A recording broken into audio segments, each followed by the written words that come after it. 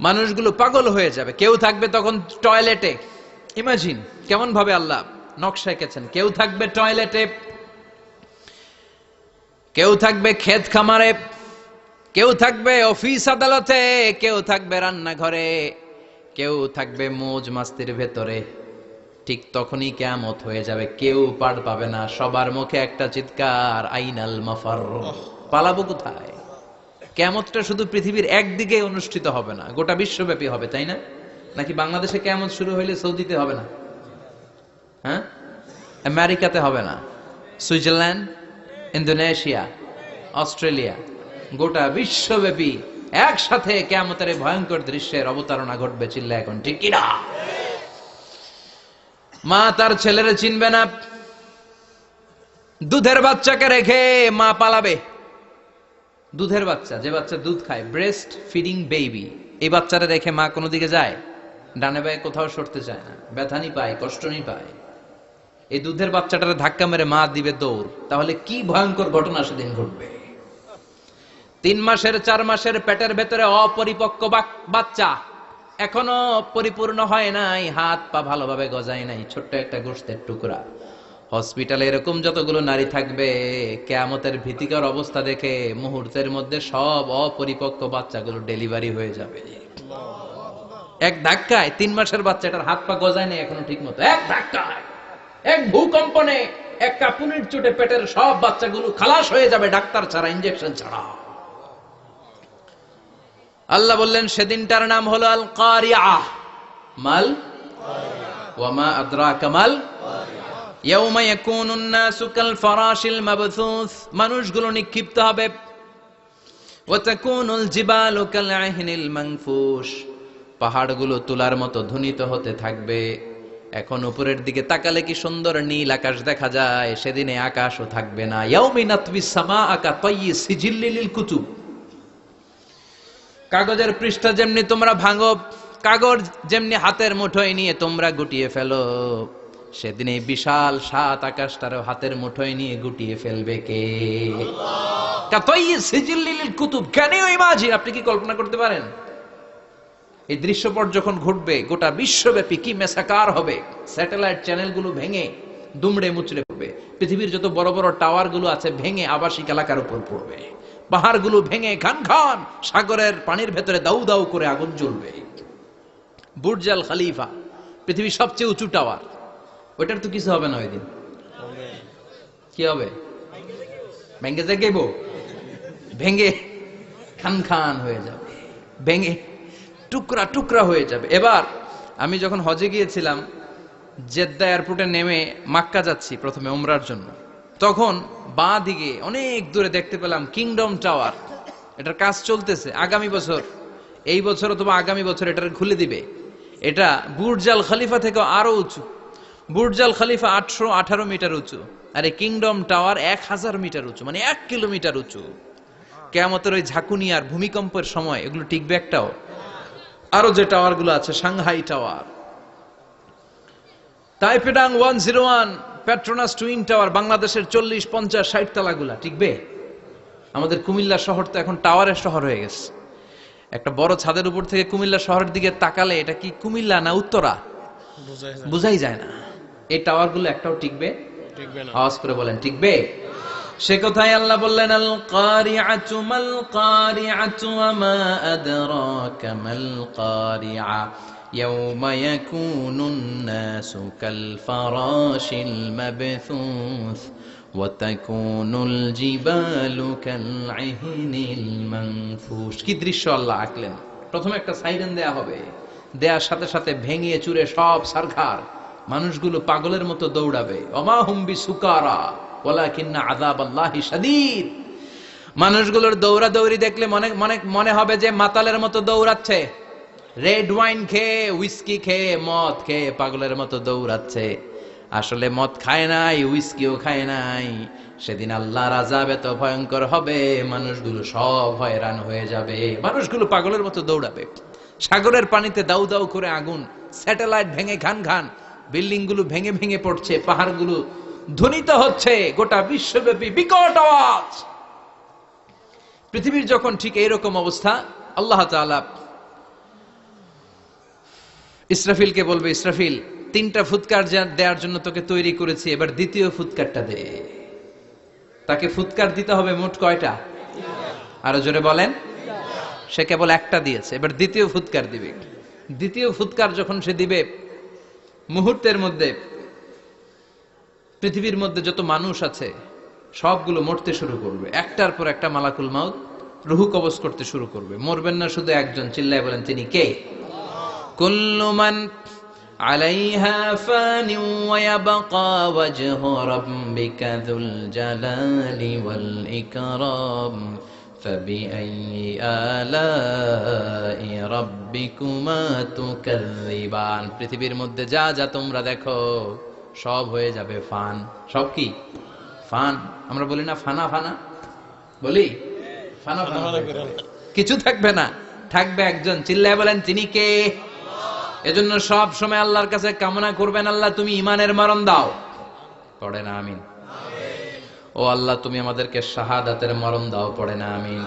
আমাকে শহীদ করে সেই মিছিলে শামিল করে নিও, যে মিছিলের নেতা মীরে হামজা খোবায়েবে খাব্বাব আল্লাহর কাছে ছিল অতি প্রিয়, শামিল করে নিও, আমাকে শহীদ করে সেই মিছিলে শামিল করে নিও। পড়েন আমিন?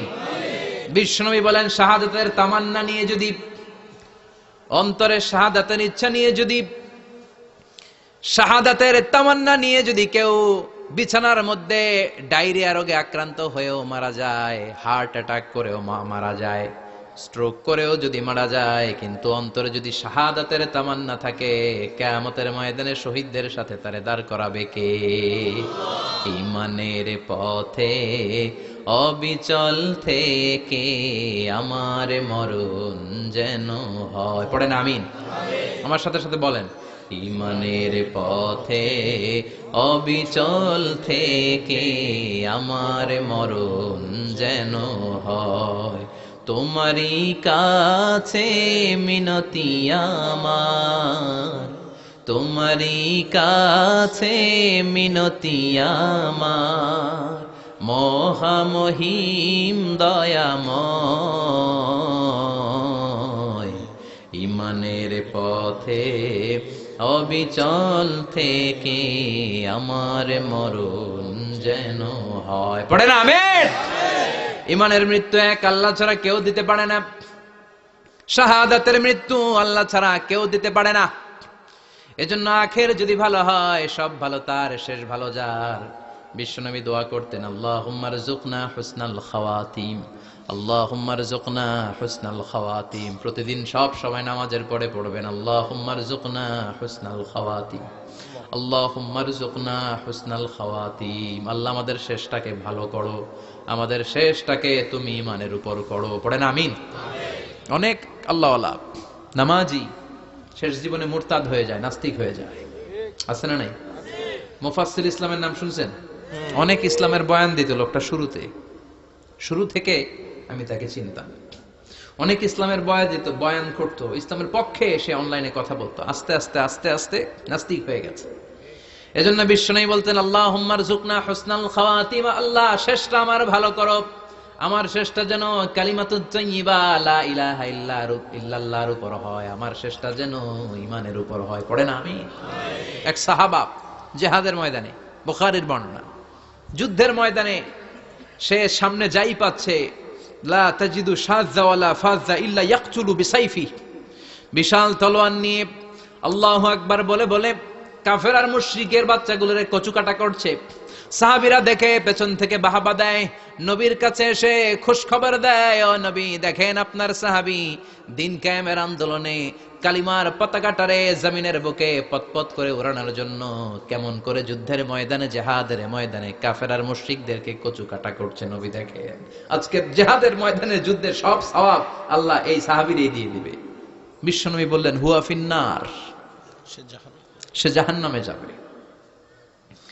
সাহাবীরা তো অবাক, জীবন বাজি রেখে তলোয়ার নিয়ে কাফেরদের সাথে যুদ্ধে ময়দানের মধ্যে লিপ্ত। একটার পর একটা কাফের গুলোরে হত্যা করে জাহান্নামের মেহমান করে পাঠিয়ে দিচ্ছে। এই লোকটা কেমন করে জাহান্নামী হয়? বিশ্বনবী বললেন হুয়াফিন না, এই লোকটা জাহান্নামে যাবে, এরে কেউ বাঁচাতে পারবে না, জাহান্নামী। এক সাহাবী মনে মনে বলল, এই লোকটা কেমন করে জাহান্নামী হয়, আমি তার পেছনে পেছনে দেখবো তার শেষ পর্যন্ত কি ঘটে, কারণ নবী যা বলে এটা তো কোনোদিন মিথ্যা হতে পারে। সাহাবী লুকিয়ে লুকিয়ে তার পিছু নিল। দেখলো যুদ্ধ করতে করতে জিহাদের ময়দানে শত্রুদের মাঝখানে ঘাটির ভেতরে সে মারতে মারতে চলে গিয়েছে।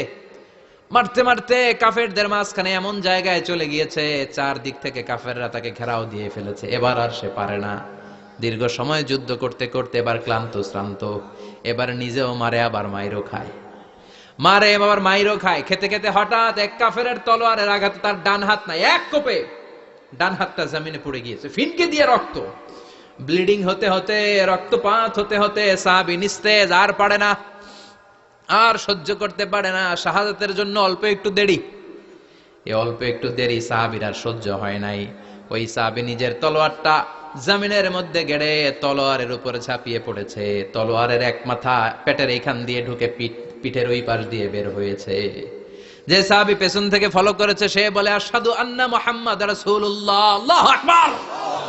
দৌড়ে এসে নবীর কাছে বলে, ও নবী, আপনি যে নবী, শেষ নবী, আখিরি জামানার পয়গম্বর, আপনি যে বিশ্ব নবী, কোনো সন্দেহ নাই। আমি নিজ চোখে চাক্ষুষ দেখে এসেছি আপনার ওই সাহাবা আত্মহত্যা করে দুনিয়া থেকে বিদায় হয়েছে। এজন্য শেষটা কার, শেষটা কিভাবে যায় আমরা জানি। এজন্য আল্লাহর কাছে আমরা ফরিয়াদ করি আমাদের মৃত্যু যেন ঈমানের মৃত্যু হয়। আমিন পড়েন, আর জোরে পড়েন আমিন। দ্বিতীয় ফুৎকার দেওয়ার সাথে সাথে আল্লাহ মালাকুল মাউতকে বলবে, ও মালাকুল মাউত, পৃথিবীর সব মানুষগুলোর রূহ কবজ কর। সব মানুষের রূহ কবজ হয়ে যাবে, সব জিনদের রূহ কবজ কর, সব জিনদেরও রূহ কবজ হয়ে যাবে। এবার সব ফেরেশতাদের রূহ কবজ কর, সব ফেরেশতাদের রূহ কবজ হয়ে যাবে। আল্লাহ বলবেন আখবিরনি মাইয়াবকা, আর কে কে বেঁচে আছে বল। মালাকুল মাউত বলবে, আল্লাহ মানুষগুলো সব শেষ, জিনগুলো শেষ, ফেরেশতাগুলো শেষ, শুধুমাত্র 4 জন বড় বড় ফেরেশতা এখনো মরে নাই। আল্লাহ বলবে, যা জিব্রাইল, মিকাইল, ইসরাফিল, যে ইসরাফিলের ফুৎকারে কিয়ামত হয়েছে ওই ইসরাফিলকেও শেষ করে ফেল। জিব্রাইল, ইসরাফিল, মিকাইল সব শেষ। এবার মহাবিশ্বে কেউ নাই। আল্লাহ বলবেন আখবিরনি মাইয়াবকা, ও মালাকুল মাউত আজরাইল, এবার কে আছে? কয় কেউ নাই, সব শেষ। কেউ আছে? কেউ নাই, সব শেষ। আছে শুধু আল্লাহ আর মালাকুল মাউত, ঠিক কি না?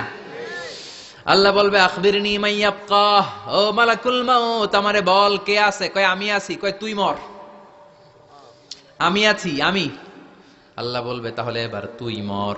তুই মর শোনার সাথে সাথে মালাকুল মাউতের কাঁপুনি ছুটে যাবে, খিচুনি ছুটে যাবে, ভয় ভয়ে খিচুনি ছুটে যাবে, কারণ মৃত্যুটা তো সে দেখেছে। দুইটা সিস্টেমে মালাকুল মাউত রূহ কবজ করে। আপনারা যারা আল্লাহওয়ালা, আপনাদের মাথার সামনে এসে একটা যুবক, সুশ্রী, যত সুন্দর হতে পারে একজন মানুষ, এরকম একজন মানুষের চেহারায় আসবে আপনাদের কাছে।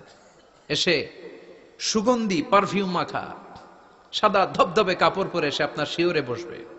এসে খুবই বিনয়ের সাথে, ভদ্রতার সাথে বলবে, ইয়া আইয়াতুহান নাফসুল মুতমাইন্না, ইয়া আইয়াতুহান নাফসুল মুতমাইন্না, ইয়া আইয়াতুহান নাফসুত তাইয়্যিবা, হে পবিত্র আত্মা বেরোয় আয়। বলার সাথে সাথে আপনার রুহটা স্মুথলি বের হয়ে যাবে। ইয়াতি বিহানুত মিন হানুতিল জান্নাহ, কাফান মিন আকফানিল জান্নাহ, জান্নাতের হানুতে করে কাফনের মধ্যে পেঁচিয়ে আপনার রুহটারে মালাকুল মাউত ইল্লিনে নিয়ে যাবে। আল্লাহ আমাদের সবার নসিবে এই ঘটনা তুমি জারি করে দিও, আমিন।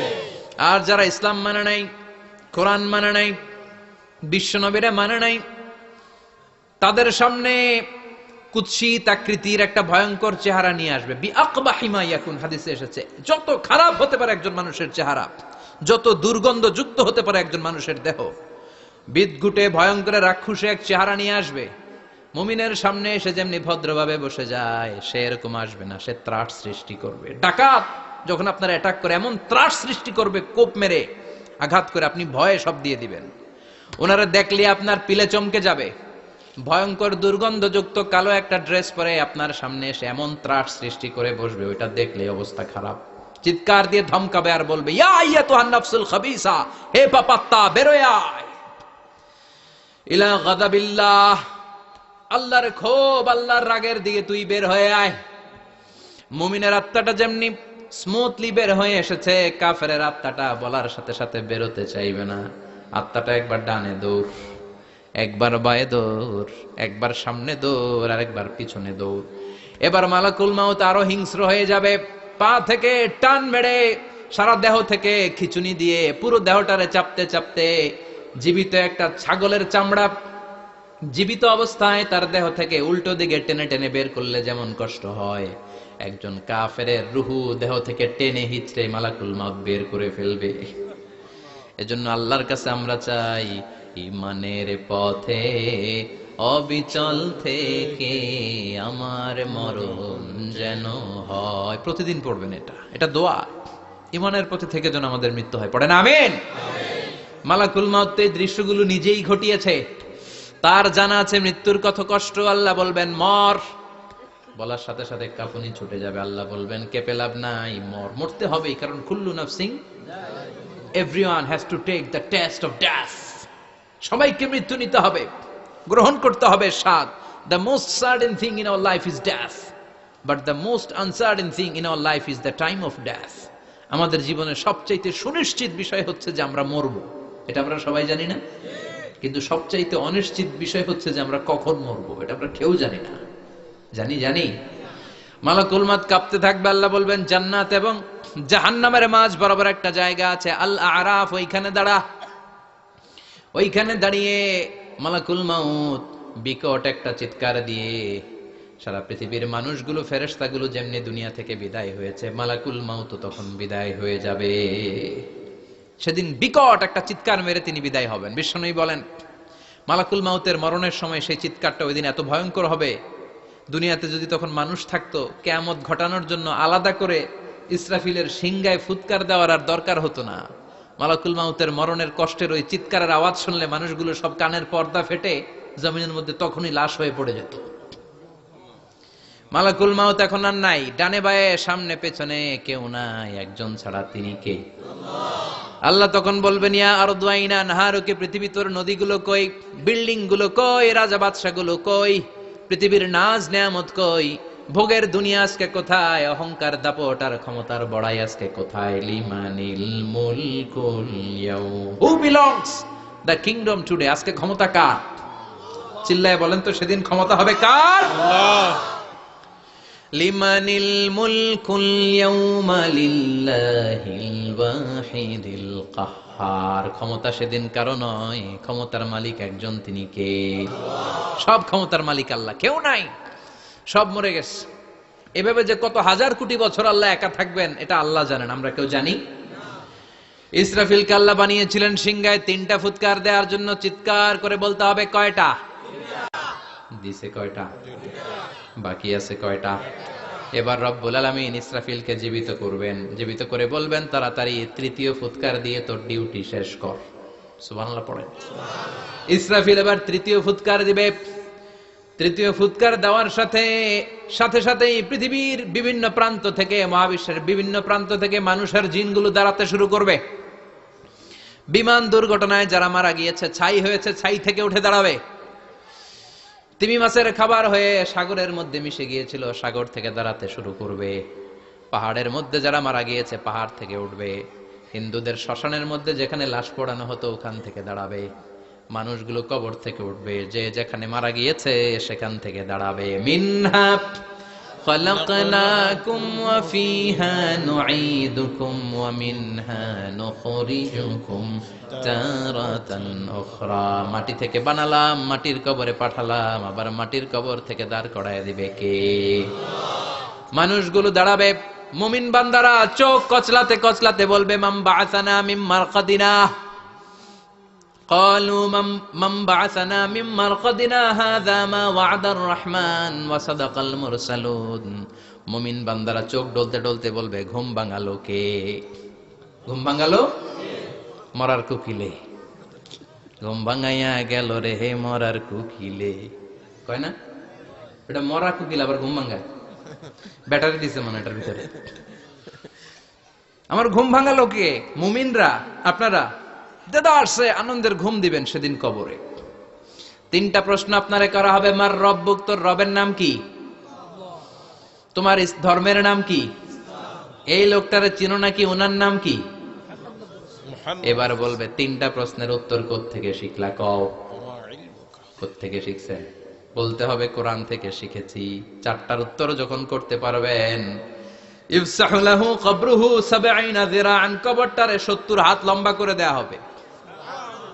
ওয়া ইফতাহু লাহু বাবুন ইলাল জান্নাহ, আপনার কবরের ভেতরে থেকে জান্নাতের দিকে একটা ঘর করে দেয়া হবে। জান্নাতের সুঘ্রাণওয়ালা সুবাতাস আপনার কবরের মধ্যে এসে ধাক্কা মারবে। জান্নাতে ঢোকা লাগবে না, আপনার ওই কানেকশন দিয়ে আসবে। এয়ার কন্ডিশনের যে রুমগুলো আছে, ওই রুমগুলোর ভিতরে না ঢুকলো, দরজার আশেপাশ দিয়ে হাঁটলেও একটা ঠান্ডা ঠান্ডা আছে বাতাস আছে না নাই? দেহের মধ্যে লাগে। জান্নাতে আপনার ঢোকা লাগবে না, কবরের মধ্যে শুয়ে শুয়ে জান্নাতের সুবাতাস পাবেন।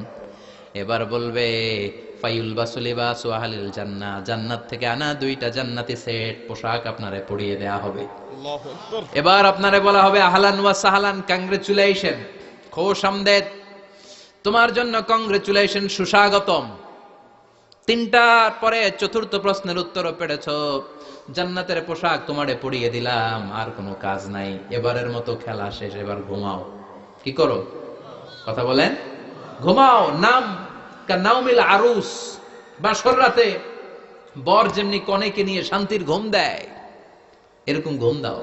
তোমার ঘুম কেউ ভাঙাতে পারবে না, ইসরাফিলের 3 নাম্বার ফুৎকার ছাড়া। সুবহানাল্লাহ পড়বেন না? সেই ঘুম ভেঙে যাবে, চোখ ডলতে ডলতে বলবে মান বাআসানা মিন মারকাদিনা হাযা মা ওয়া'দার রহমান ওয়া সাদাকাল মুরসালুন। চোখ ডলতে ডলতে বলবে কে আমাদের ঘুম ভাঙালো? ফেরেশতারা বলবে হাযা মা ওয়া'দার রহমান, এটা সেই দিন যেদিনের ওয়াদা দিয়েছে কে? আল্লাহ। আজকের দিনটা হলো ফাইনাল দিন। আজকের খেলাটা হবে ফাইনাল খেলা, দ্য ফাইনাল ডে। আজকে বিচারের দিন। ওই যে শুনছিলা জাররা জাররা বিচার হবে, ওই বিচার আজকে অনুষ্ঠিত হবে। পৃথিবীর বুকে যে বিচারগুলো হয় নাই, সেদিন ওই বিচারগুলো করবে কে? আল্লাহ। পৃথিবীর বুকে যে ধর্ষণের বিচার হয় নাই, ওই দিন ওই ধর্ষণের বিচার আছে না নাই? পৃথিবীর বুকে যে অন্যায় ভাবে বিচার বহির্ভূত হত্যাগুলো করা হয়েছে, ক্রস ফায়ার গুলো দেয়া হয়েছে, গুম করা হয়েছে, খুন করা হয়েছে, সেদিন এই বিচারগুলো আছে না নাই? পৃথিবীর বুকে জুলুম করে একজনের জমি আরেকজন মাইরা খাইছে, ওনার দাপট ছিল, ওনার উপরে কোনো কথা ছিল না গ্রামে, কিন্তু কিয়ামতের ওই কঠিন দিনে এগুলোর বিচার আছে না নাই? বিচার যদি না থাকতো, all the worldly life it's a joke. বিচার না থাকলে পৃথিবীটা এটা একটা জোক, এটা একটা খেলাধুলা। অবশ্যই বিচার থাকতে হবে, বিচারের কাঠগড়ায় তোমাকে দাঁড়াতে হবে। চিল্লা এখন ঠিক কিনা?